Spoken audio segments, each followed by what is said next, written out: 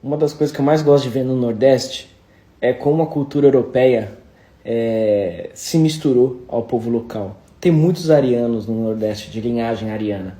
Assim como o Nordeste foi colonizado em parte por judeus sefarditas, a outra parte foi colonizada por arianos europeus, como os holandeses, por exemplo.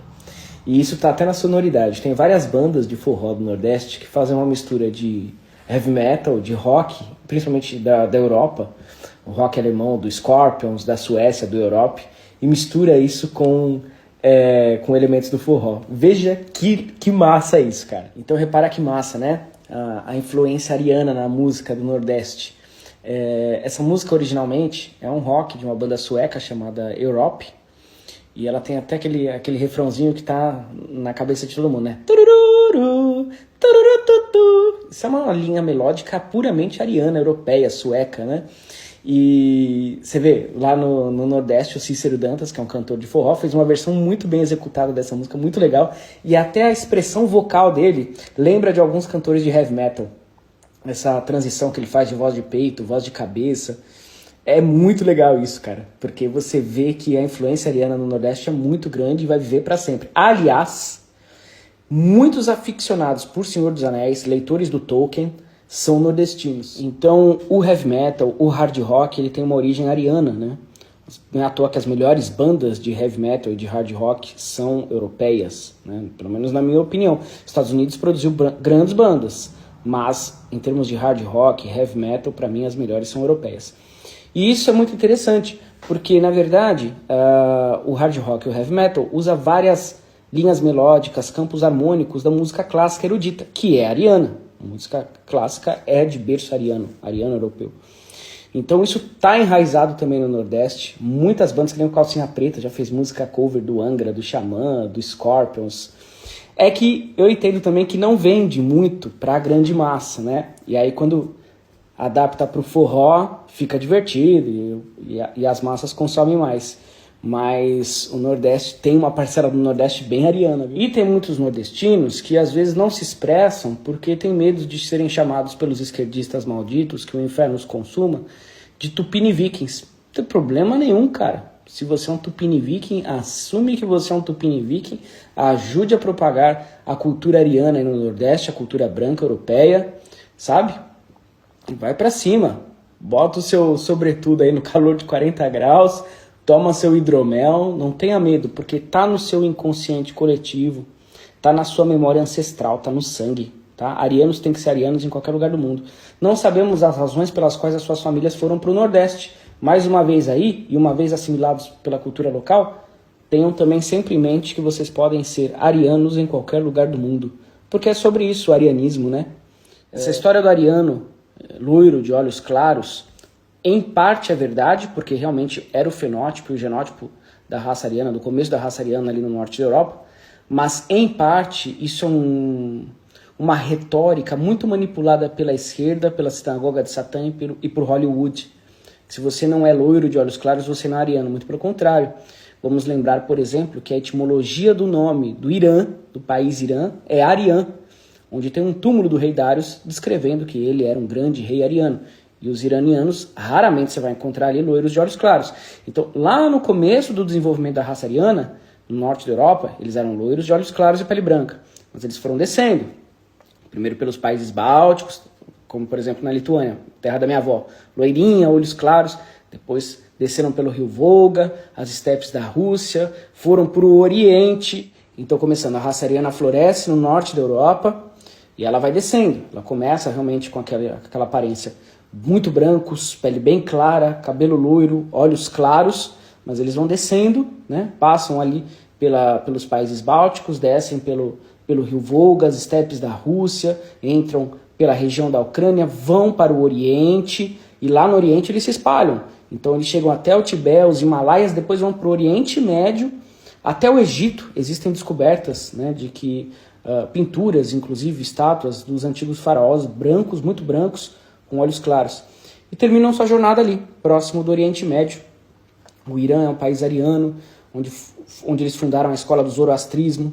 Os arianos fundaram as escolas do budismo tibetano, né, os sutras budistas, os Vedas, né, o Rig Veda, por exemplo. e o cristianismo ali na Biblioteca de Alexandria. O próprio nome Aryan significa nobre em sânscrito. Não é à toa que a ANNERB, um órgão que estudava a antropologia e a origem da raça ariana na época da Segunda Guerra na Alemanha, fizeram várias expedições para o Tibete, para os Himalaias, para o Monte Kailash, né, em busca da origem da raça ariana. E por isso também a svastika, né, que é um símbolo tibetano, um símbolo hindu também, Nepal, você vê em várias culturas. Até em igrejas do país da minha avó, né, igrejas na Lituânia tem. O idioma lituano, por exemplo, é indo-europeu. Existe o idioma, o tronco linguístico indo-europeu. O que é o indo-europeu? Por mais incrível que pareça, países bálticos, o idioma é muito próximo do sânscrito. Eu posso falar aqui inúmeras palavras em lituano, como viras, por exemplo, homem, que é muito parecido com palavras que são faladas na Índia, cara. E é por isso que a Índia tem um carinho muito grande pelo Führer, né? Tem até lojas com o nome dele na Índia, e quando aparece alguém branco na Índia, eles reverenciam, porque são os ancestrais, né? Foi a raça ariana que fundou os pilares da Índia. Lógico que depois muita coisa aconteceu, né? Foram invadidos várias vezes, mas ainda sobra aquela memória ancestral e eles honram muito isso. Quando um branco visita a Índia, ele é muito bem recebido. As pessoas colocam flores no pescoço dele, é bem interessante, não sei se vocês já viram esse tipo de vídeo. E é lindo, né? A cultura ariana é linda, ela é a cultura que fundamentou as bases de tudo que a gente conhece como belo, estético, moral, artístico, né? Nós devemos muito, inclusive no campo da tecnologia e da ciência, à raça ariana. Então, não ser loiro de olhos azuis, por exemplo, não é um impedimento para você ajudar a raça ariana a sobreviver dessa perseguição que acontece hoje ao povo branco, ao povo europeu. As invasões são programadas, as invasões na Europa, né, são programadas para você ter uma diminuição. Eu já mostrei para vocês documentos oficiais de reuniões da Sinagoga de Satã, vazadas pela CIA, onde eles planejam realmente a destruição da raça branca até 2050. Postei aqui os documentos, inclusive, de órgãos internacionais falando sobre isso. A BBC lançou um documentário, a BBC é de esquerda, hein? Progressista, vamos dizer assim. E ela falou que realmente até 2050 pode ser que não haja mais o povo branco no mundo. E a caráter de conhecimento, durante a Segunda Guerra, as pessoas que mostravam o seu valor, a Alemanha concedia títulos de arianos honorários. Então, asiáticos, negros e até mesmo alguns judeus receberam títulos de arianos honorários. É que, infelizmente, a história é contada pelos vencedores, né? Mas, nos anos 70, houve um grande escritor chamado Siegfried Castan que foi preso. Siegfried Castan foi preso com mais de 70 anos, por falar a verdade, do Holoconto, né? As mentirinhas que Hollywood propaga aí sobre a grande Alemanha, né? E é muito triste, é muito complicado. Mas isso é uma mentira, isso é uma narrativa da esquerda. Até essa história de falar que todos ali, os mais envolvidos no Reich, eram todos loiros de olhos azuis, que o Führer andava acompanhado só de gente loira. Ele mesmo não era loiro. Ele mesmo tinha cabelos negros. O Goebbels, por exemplo, ele tinha a fisionomia de um italiano do Mediterrâneo, moreno, baixinho, 1,60 m, né? Cabelos escuros, olhos castanhos. Assim também era o Rudolf Hess, que era egípcio. Então vocês podem seguir a valentia do arianismo. E os arianos de verdade, eles não têm nenhum pingo de violência, nenhum pingo de crueldade dentro deles, nem de intolerância, e muito menos invadem países para fazer algum povo de escravo. Quem fizeram isso foram os da Sinagoga de Satã, que aí jogaram a culpa em cima dos arianos na Europa. Mas quem é responsável pela escravidão da África, vocês sabem quem foram, né? Os falsos judeus da Península Ibérica. Não tem nada a ver com o povo branco europeu. Então, os arianos, eles vieram para o mundo, Deus ungiu os arianos para cuidar das outras raças, para dar estrutura, para dar discernimento, sabedoria, para ajudar na evolução do mundo.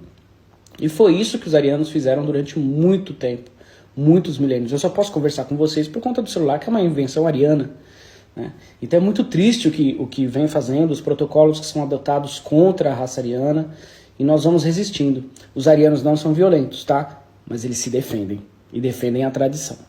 E aí me perguntam, Vicky, por isso que o japonês apoiou, o Japão apoiou a Alemanha na Segunda Guerra? Exatamente, porque os japoneses eles não são puramente mongóis como os chineses. Os chineses eles são mongóis. Os japoneses eles são descendentes de um povo chamado Jomon, que era do leste asiático, e os Han chineses, que compartilhavam um pouco do sangue com os mongóis. Então eles têm um pouco de mongol, do sangue mongol, mas eles têm muito mais a predominância do sangue ariano. E aí você pega a cultura japonesa, que é muito próxima à cultura ariana, e você pega a cultura chinesa, que é muito próxima dos mongóis, né, que gostavam de invadir, fazer barbaridades. É um povo que domina através da não religião, da não ética, totalmente ao contrário do povo japonês, né? Então, esse é um dos motivos do Führer ter dado vários títulos de arianos honorários aos japoneses na Segunda Guerra. E os africanos, Vicky, eles têm relação com os arianos? Os africanos não têm base genética compartilhada com os arianos, mas foram grandes parceiros e grandes aliados, cada um no seu território, cada um preservando a sua cultura, a sua tradição, né? Na antiguidade, tanto os povos arianos como os povos africanos não gostavam de se misturar entre si, porque eles gostavam justamente de ter a sua descendência.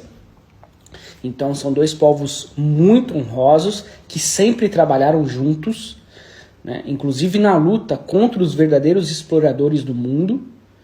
Não é à toa, por exemplo, que a Alemanha na Segunda Guerra contou com mais de 20 mil homens negros livres lutando ao lado deles.